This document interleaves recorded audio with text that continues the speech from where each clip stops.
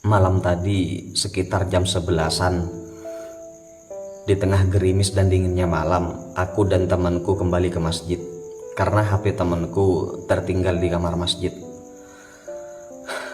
Mendekati teras, aku mendengar tangis tertahan dari seseorang yang kulihat sedang berdoa sambil memangku anaknya. Setelah aku dan temanku mendekatinya, ternyata Fulan yang terkenal ramah dan baik hati. Seorang tukang ojek yang mengontrak tidak jauh dari masjid. Ia terkejut melihatku dan temanku. Ustadz," katanya, sambil berusaha menyembunyikan air mata. Kulihat wajahnya kuyu, penuh kesedihan, seakan ada yang dia tahan. Sementara anak dalam pangkuannya tertidur lelap di dinginnya malam itu. "Sholat malam kok bawa si kecil, Mas?" tanyaku. Sambil tersenyum mengulurkan tangannya bersalaman, ia menyambut salamku dan berkata, "Tidak apa-apa Ustadz." Aku lanjut bertanya, karena instingku mengatakan tentu ada masalah pada Mas ini. "Sudahlah Mas, tidak usah sungkan Mas. Ada yang bisa saya bantu?" Saya kembali bertanya. Ia menatapku. "Tidak apa-apa Ustadz," jawabnya sambil menunduk. Dan kali ini suara Mas itu agak lemah dan serak, menahan tangis yang ketika dikeluarkan mungkin akan terisak-isak. Saya memaksanya. "Ayolah Mas, anggap saya saudara Mas," kataku mendesak. "Bisa jadi ada hikmah HP teman saya tertinggal sehingga bertemu Mas di sini." Lanjutku pada dia. "Bisa jadi ada yang Allah inginkan dari pertemuan kita ini."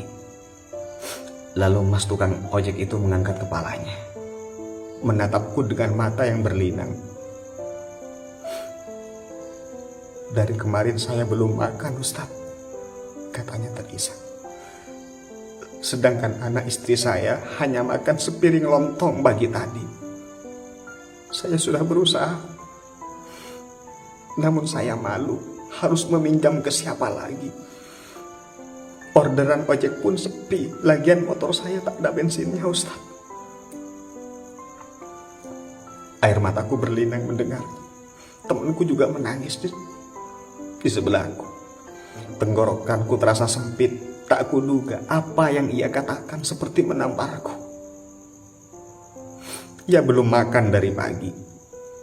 Anak istrinya hanya makan lontong, sementara pagi tadi di rumahku ada sebungkus lontong yang berlebih hingga akhirnya terbuang karena basi. Mas tukang ojek itu melanjutkan perkataannya sambil terisak. Aku berpikir, mungkin saja dengan datang ke masjid yang penuh berkah ini, sebagai tamu Allah sambil membawa anak, doaku akan lebih makbul Ustaz. Aku berharap ada rezeki dari Allah untuk kami makan malam ini. Aku tak tahu harus bagaimana lagi Ustaz.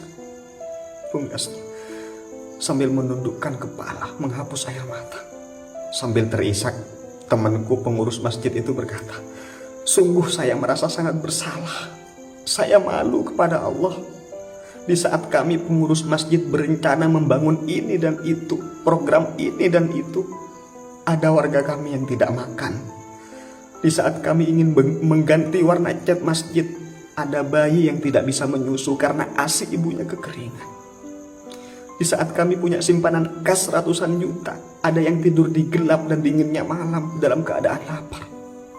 Saudara beriman, semoga bisa menghentak sanubari kita bersama dengan kejadian ini.